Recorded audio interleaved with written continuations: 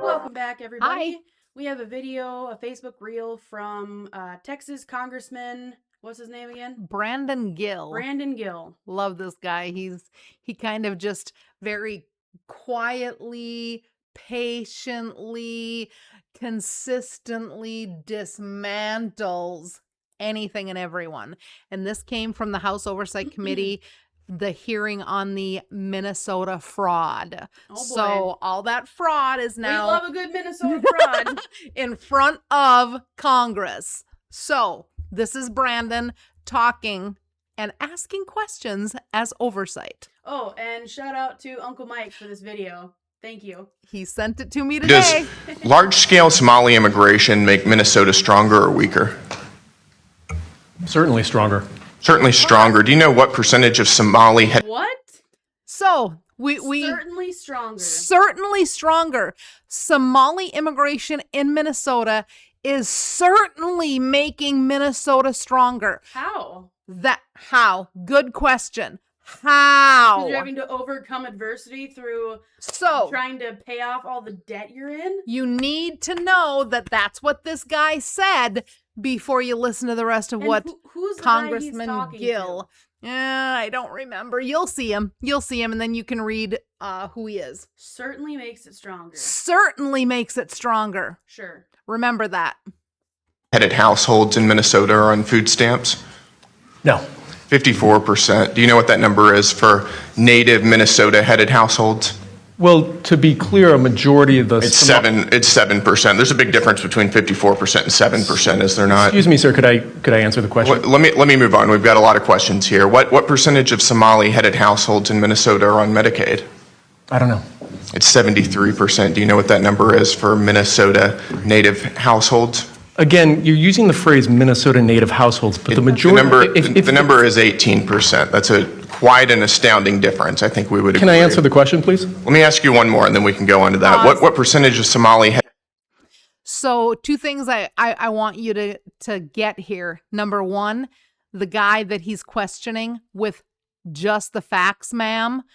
This guy is Sergeant Joe Friday, and I know you don't know who that is, but I'm going to, after this, and when we're done recording this, I'm going to pop up on YouTube so you can see Sergeant Joe Friday. Just the facts, ma'am. He's from Dragnet. Just the facts, ma'am. That's him. Just the facts. And when he tries to do just the facts, this guy has to do what? What every good trained Marxist in rhetoric does. He needs to get hung up on phraseology. It's racist to phrase it Minnesota native versus Somali. Exactly. Because shame on you. And what he's going to say coming up here is that you can't say Minnesota native when many of these Somalis were born in Minnesota, which makes them native. And so he wants to get hung up on that one thing so he doesn't have to listen to the facts. The facts are going to keep coming. Keep listening to them. He's gonna ask how many Somali immigrants after being here for 10 years are still on the government assistance, and how many native Minnesotans are.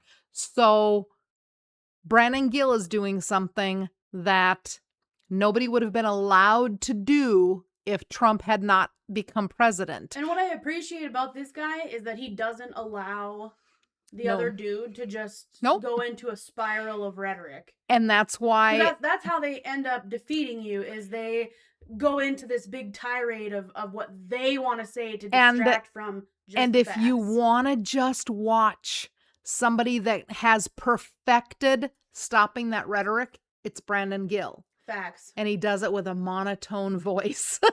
He's chill and he's not emotional, and that's how you win. Yep. headed households are on welfare in general? I don't know. It's 81%. What about, let me just ask you, after 10 years of being in the United States, what percentage of Somali immigrant households continue to be on welfare? I don't know.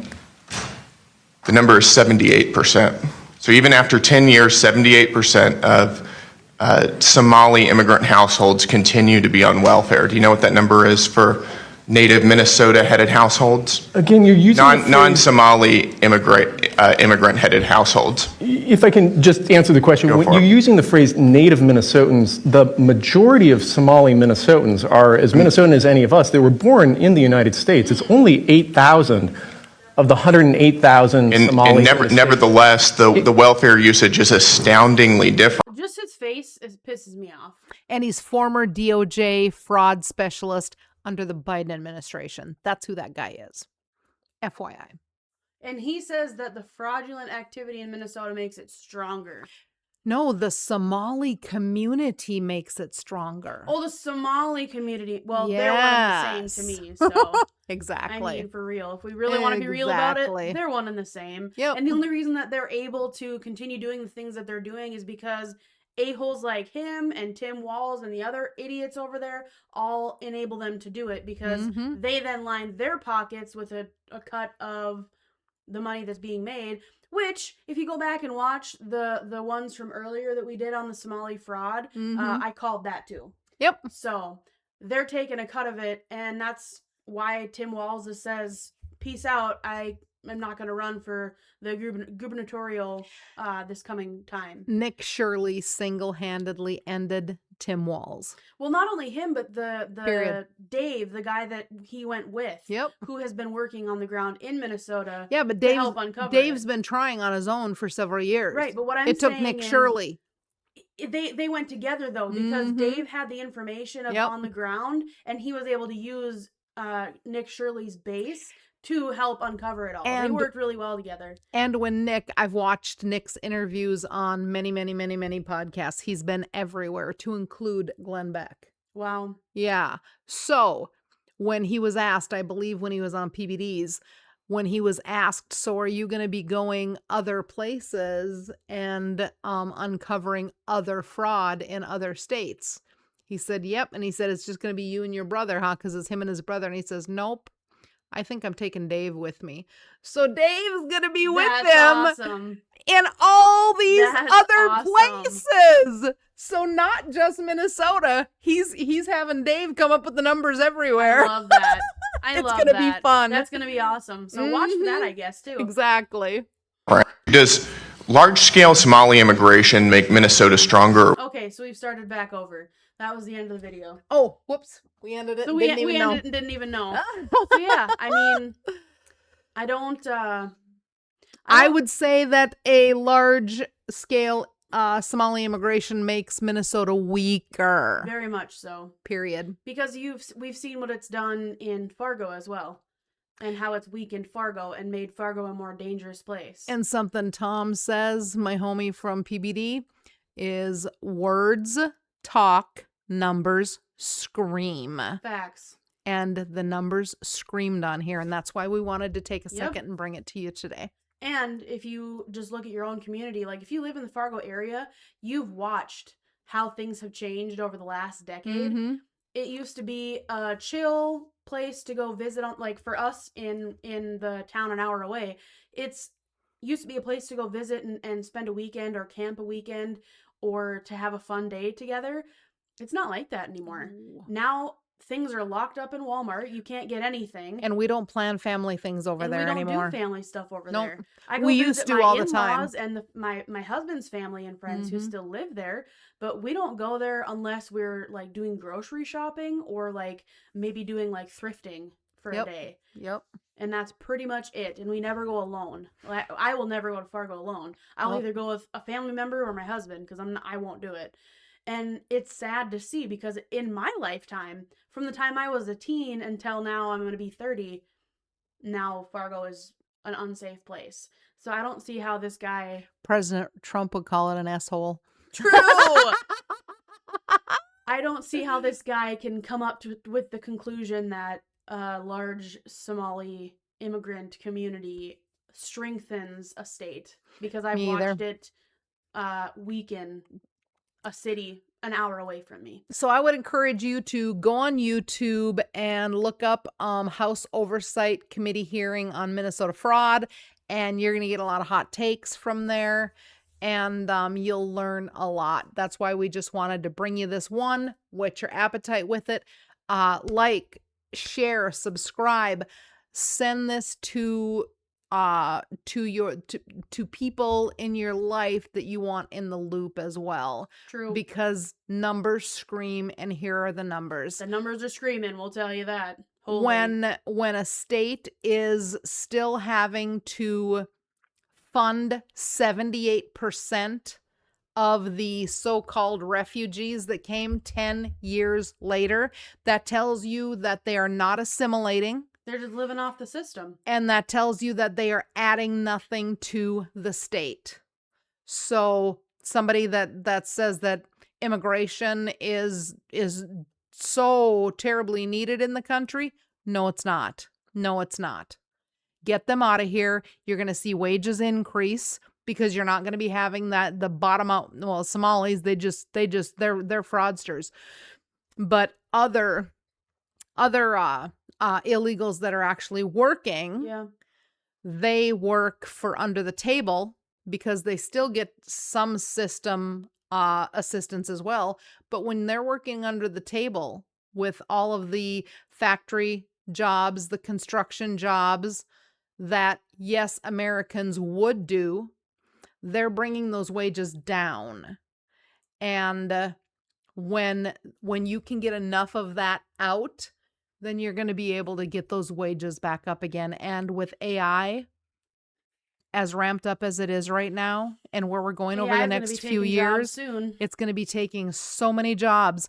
We cannot have illegals taking jobs from Americans that are needing jobs.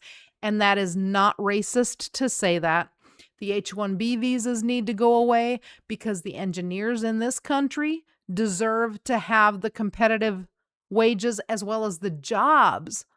When I hear from, I watch so many engineers that have said that they have applied. This one engineer working all these other jobs, and he had a good resume. He had good experience. He had a great education, but he's been applying for over a year for positions, and he competes with Indians, plain and simple, Indians, and they're the ones that always get the jobs. Why? Because the H-1Bs make it more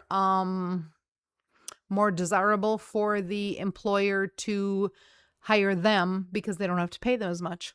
Yep. So you need to look at the illegals as well as the legals in our country when we are trying to shore up our country and make it better. We have to look at everything. And one of the things too that I want to touch on is oftentimes people try to combat this kind of a conversation with, well, America's a melting pot, so why do you not want people here from other countries?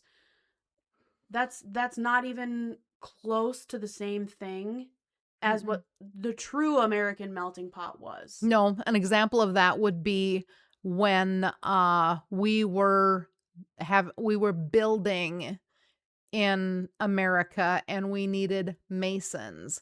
We didn't have the understanding of building necessary, so that was when we had a huge immigration from Italy. So when you look at the East Coast and all of that beautiful mason work that we desired to bring masons here, that's that large Italian faction that came in because they were adding to our country.